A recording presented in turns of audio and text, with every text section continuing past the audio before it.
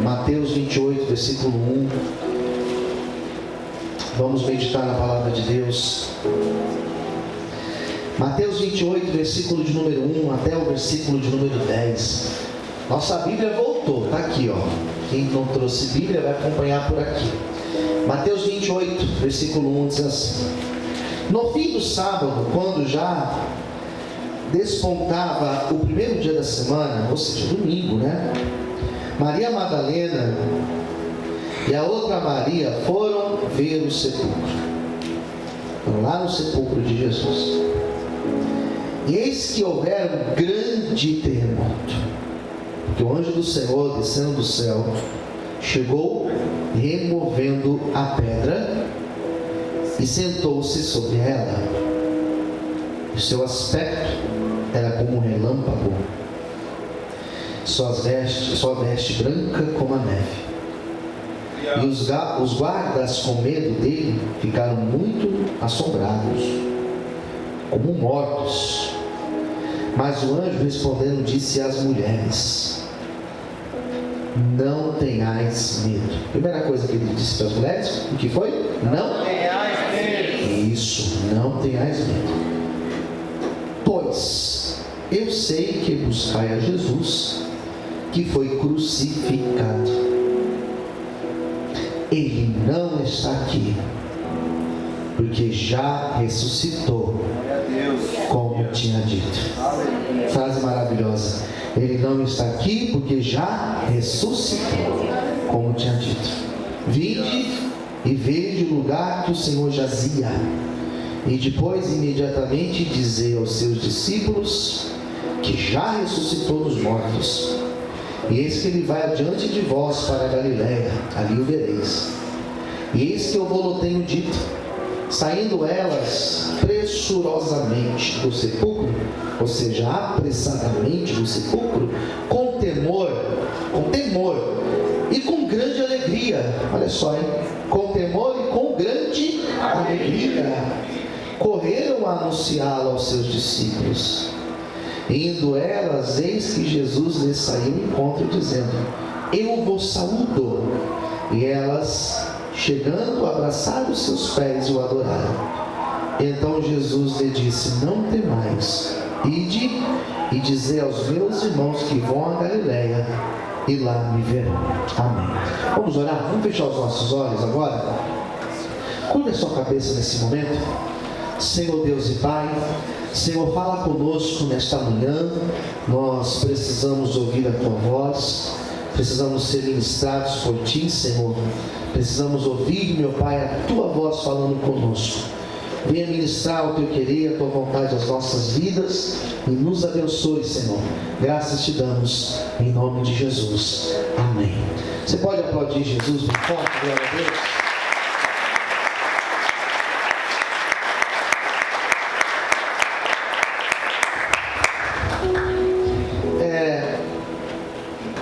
O que nós podemos falar sobre Páscoa? Primeira coisa, na Bíblia nós temos duas referências acerca de Páscoa. Nós temos duas ideias acerca de Páscoa. E nós podemos dividir essas duas ideias da seguinte forma: Páscoa dos judeus e a Páscoa cristã. São duas coisas diferentes. Quem entendeu, diga amém. Amém. O nome é o mesmo. A palavra Páscoa, ela é uma palavra de origem hebraica, que a palavra significa Pachá. E essa palavra, ela vai surgir, seu contexto se dá dentro do livro do Êxodo. Dentro do livro do Êxodo aparece a primeira noção de Páscoa.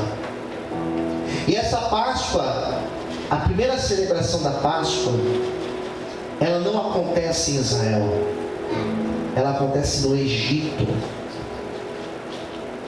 O povo de Israel, que na verdade nessa ocasião ainda era conhecido como povo hebreu, porque eles não tinham ainda vivido o cumprimento da promessa de Deus a Abraão, que lhe daria uma terra.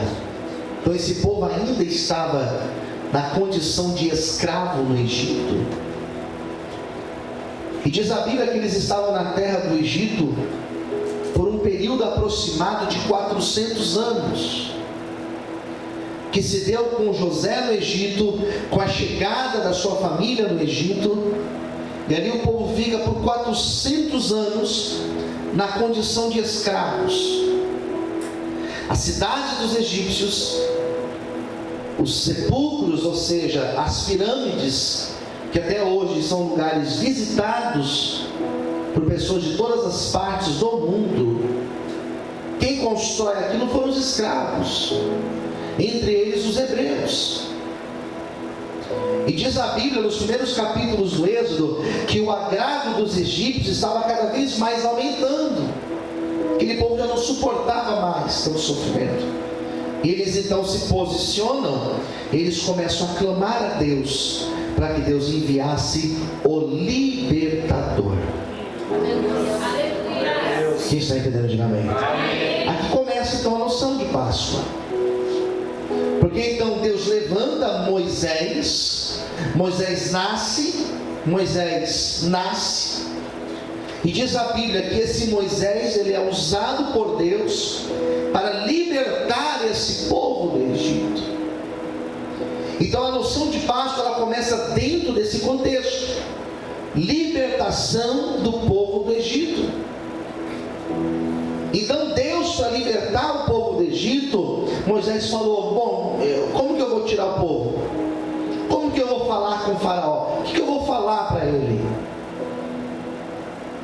E diz a Bíblia que Deus falou: eu sou contigo. Diga para ele que o eu sou te enviou. E quando Deus usa Moisés para tirar esse povo, nós temos aquela passagem que fala das pragas que foram enviadas no Egito. E nós temos aquelas 10 pragas: praga das rãs, das águas transformadas em vinho, em vinho não, gente, pelo amor de Deus, transformado em sangue, do sol se escurecendo. Cada uma dessas pragas, dos piolhos, cada uma dessas pragas era Deus refutando, era Deus destruindo, destronando uma divindade dos egípcios. Porque os egípcios, eles tinham vários deuses politeístas, ou seja, eles tinham vários deuses.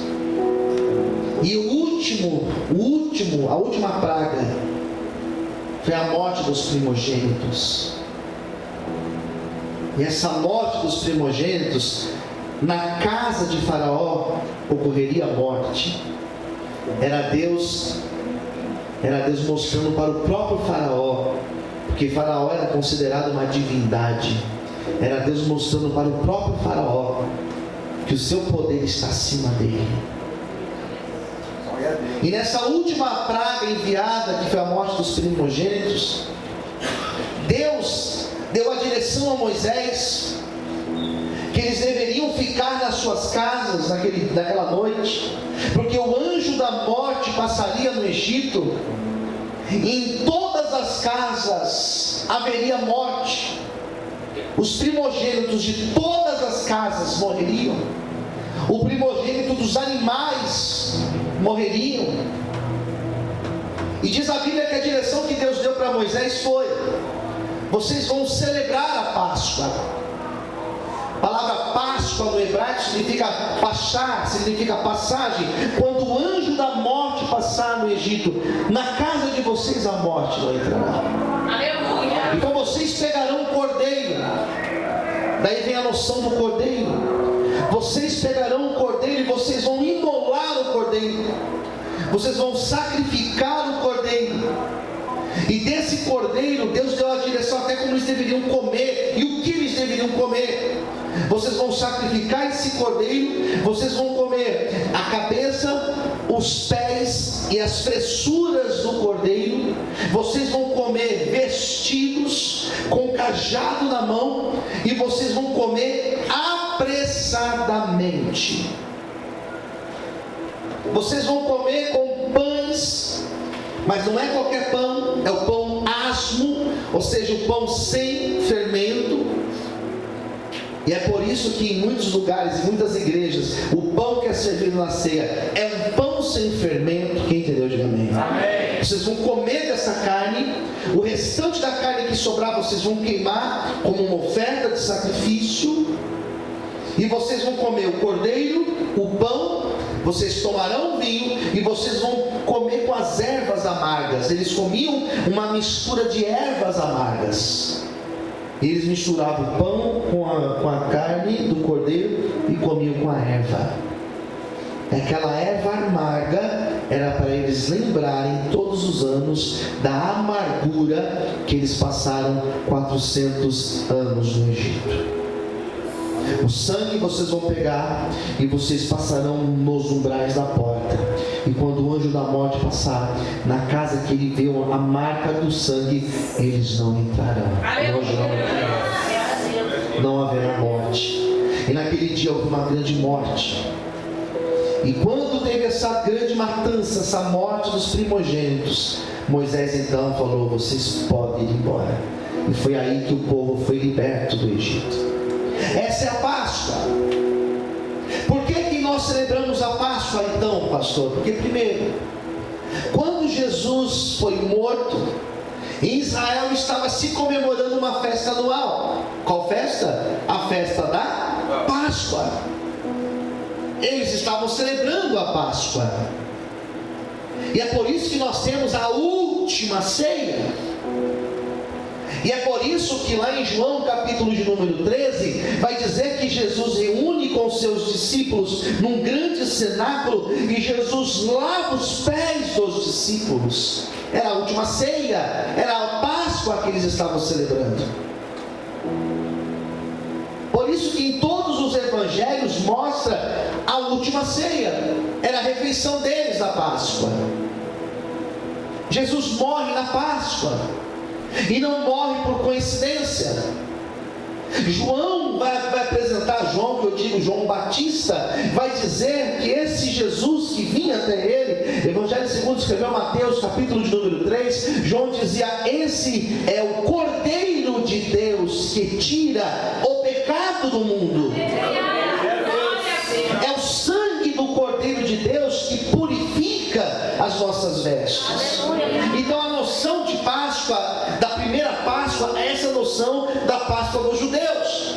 E a nossa Páscoa, pastor, por que que hoje nós não estamos comendo a carne do cordeiro? Por que que hoje nós não estamos passando sangue no umbral da porta? Por que que hoje nós não estamos comendo as ervas amargas? Nós não estamos comendo pão asmo? Porque hoje é tudo diferente, porque a nossa celebração é a celebração de Cristo. Aleluia! Que morre na Páscoa como cordeiro. E da mesma forma que aquele anjo morreu, aquele cordeiro morreu no Egito, para que não tivesse a morte naquela casa, Jesus morreu e ressuscitou no nosso lugar, para que a morte eterna não tenha poder de tocar nas nossas vidas. Você pode exaltar e glorificar a Deus por isso. Aleluia!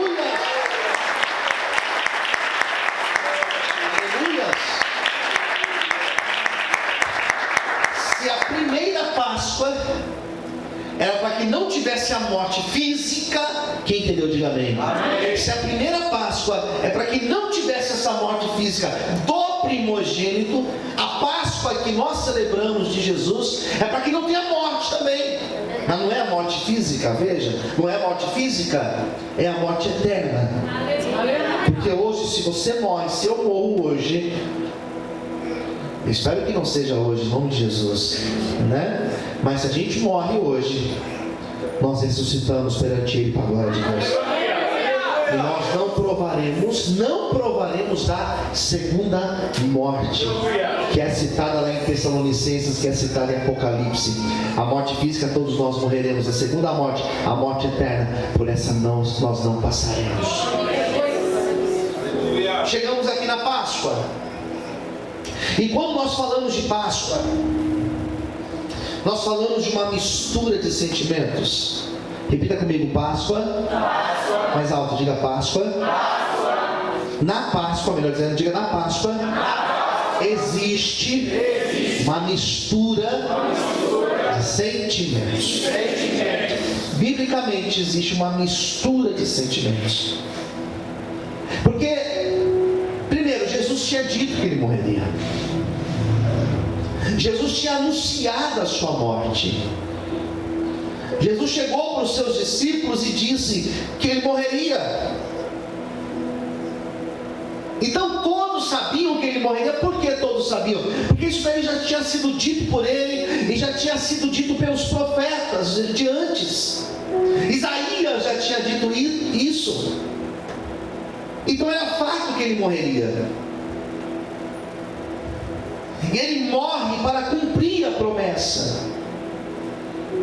E aqueles que ouviram da boca de Jesus que ele morreria, eles entendiam que o Messias Salvador, o Messias Redentor, o Filho de Deus viria para fazer a mesma coisa que Moisés fez. O que Moisés fez? Moisés libertou o povo do Egito. Diga comigo, Moisés libertou o povo do Egito. Aqui, ó, na cabeça do judeu, o Messias que virá vai libertar a gente. Não é do Egito, é libertar de Roma. Porque Roma era o império que oprimia Israel. Então esse Moisés que virá, esse libertador, vai nos libertar de Roma. Só que esse não era o projeto de Jesus. Jesus, quando veio, ele não veio para libertar ninguém de Roma. Ele veio para nos libertar do pecado, da morte eterna, da segunda morte. Vocês estão me entendendo, irmão? Quem está me entendendo? Amém. Então ele veio para trazer uma outra libertação. Mas na cabeça deles, vai nos libertar de Roma. Daí chegaram para Jesus: e aí, Senhor, tem que pagar imposto a Roma? Não é possível, né? Pagar imposto. Jesus vai e fala assim para eles: dai a César o que é de César. Vai lá, Pedro, pesca um peixe, abre a boca do peixe. Na boca do peixe vai ter 2 moedas. Vai ter uma moeda, você vai pagar o teu imposto, vai pagar o meu imposto. Jesus pagou o imposto, irmãos.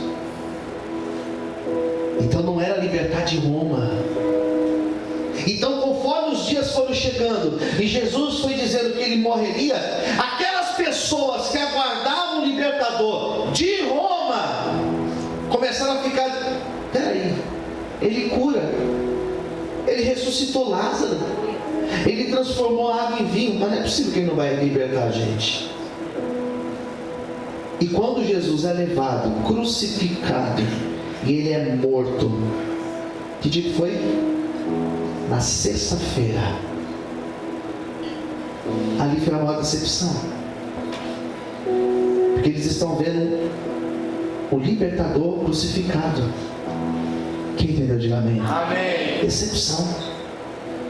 Não é possível. Não é possível. Então o primeiro sentimento que vem é o da tristeza, é o da decepção. É aquela frase: não é possível que isso está acontecendo. E eu, na minha construção de vida com Deus, na minha caminhada com Deus, eu em muitos momentos já me senti assim. Não é possível que isso está acontecendo. Quem já falou essa frase alguma vez na vida? Amém. Diga amém. Amém. Não é possível. Estou falando com Deus. Falando com Deus. Porque com alguém a gente fala isso daí sempre. Não é possível. Fala isso para filho, fala isso no casamento, fala isso com amigo. Não é possível. Estou falando com Deus. Não é possível que Deus está permitindo. Não é possível que Deus não vai fazer. Não é possível que Deus não vai livrar. Não é possível que vai acontecer isso. Quando eles viram Jesus sendo levado, eu tenho para mim, que eles acreditavam que até o último minuto ele ia fazer alguma coisa. Ele tem um plano, ele sempre tem um plano. não é possível que ele não vai fazer nada. Ele sempre sai. Quem entendeu, diga amém. Ele sempre consegue sair. Ele sempre consegue, não é possível. Ele vai orar. Vai ter anjo descendo. Vai ter um terremoto acontecendo. Vai ter um negócio aqui. Alguma coisa vai acontecer. E aquele cordeiro que estava ali sendo crucificado, diz a Bíblia que ele era passivo. Ele foi levado como uma ovelha muda para o matadouro. Ele se deixou morrer. Não é que mataram Jesus, ele se deixou morrer. Ele poderia sair dali, ele poderia dar ordem para Deus, enviar anjos, e um anjo desceria ali, ou milhares de anjos desceriam ali, mas ele ficou mudo ali. Ele cumpriu. Foi igual Isaac. Isaac, quando o pai falou, vou te levar para sacrificar, Isaac falou, eis-me aqui. Isaac poderia falar, pai, você está ficando doido, vou correr, vou fugir. E correria. Jesus não correu. Ele falou, eis-me aqui. Se possível for, faça de mim este cálice, mas que todavia seja feita a tua vontade. Estou aqui, Senhor, para cumprir. Só que não teve saída. Ele não fez. Ele morreu. Porque Jesus permite. Em alguns momentos da vida a gente vai achar que vai ter uma saída e não vai ter. Ele vai permitir. Posso dar um amém, queridos? Amém. E quando isso acontecer, não se decepcione. Sexta-feira foi a angústia, foi a tristeza, foi a decepção. Isso na sexta. Porque quando deu 3 da tarde, diz a Bíblia que o céu ficou escuro. Diz a Bíblia que quando deu 3 da tarde, Jesus gritou, está consumado. E quando ele disse está consumado, diz a Bíblia que ele morre na cruz. Diz a Bíblia que ele morre naquele momento. Um grande terremoto aconteceu. Diz a Bíblia, o véu do templo foi rasgado. Diz a Bíblia que o inferno celebrou, porque o inferno achou que tinha vencido o Filho de Deus. Só que o inferno não sabia que Jesus já tinha uma saída, já tinha um plano. Assim também na tua vida, Ele já tem um plano de vitória para você. Aleluia! Glória a Deus! Você pode aplaudir a Ele. Aleluia! Ele morre. E quando Ele morre na sexta, chega no sábado. E no sábado, pastor? E no sábado? Não sei. Não sei o que a gente vai fazer agora. E aí, o que a gente faz? Não sei. É igual quando morre alguém em casa. E agora? Como que vai ser? E a roupa? O que vai fazer com a roupa dele? Com a roupa dela? E essa cadeira que sentava? Isso aqui? E esse copo? E agora? Como que vai ser? Não sei. E os discípulos? Eu não sei. Acho que eu vou voltar a pescar. Acabou o sonho. Daí tem uma passagem linda que eu já preguei milhares de vezes.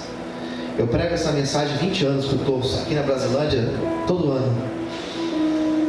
Os discípulos voltando para Emaús. Um sábado, decepcionados. As pessoas voltando da Páscoa, chateadas, perplexos, porque era um silêncio. O pior tinha acontecido na cabeça deles.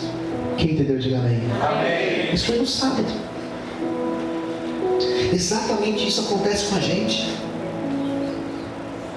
Às vezes nós somos pegos por algumas situações na vida que nós ficamos exatamente assim, sem palavras. No sábado, queridos, foi um silêncio.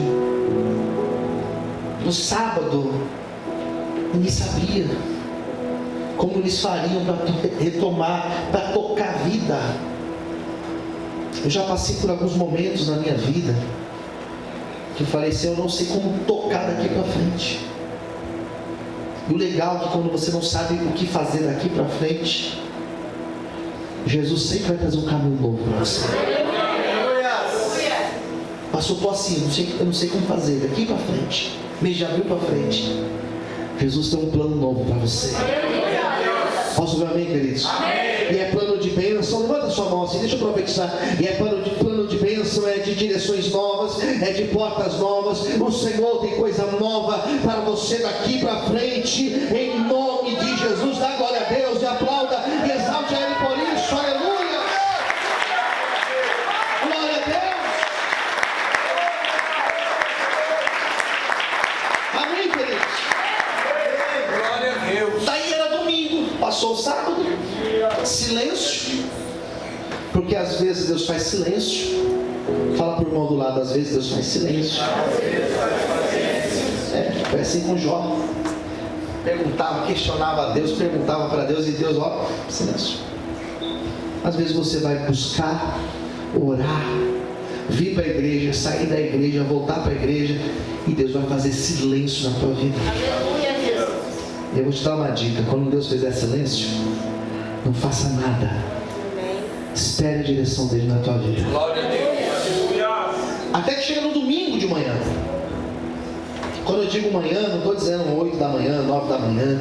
Eu estou dizendo madrugada, bem cedo, ainda escuro. As mulheres foram no sepulcro. Por que elas foram no sepulcro?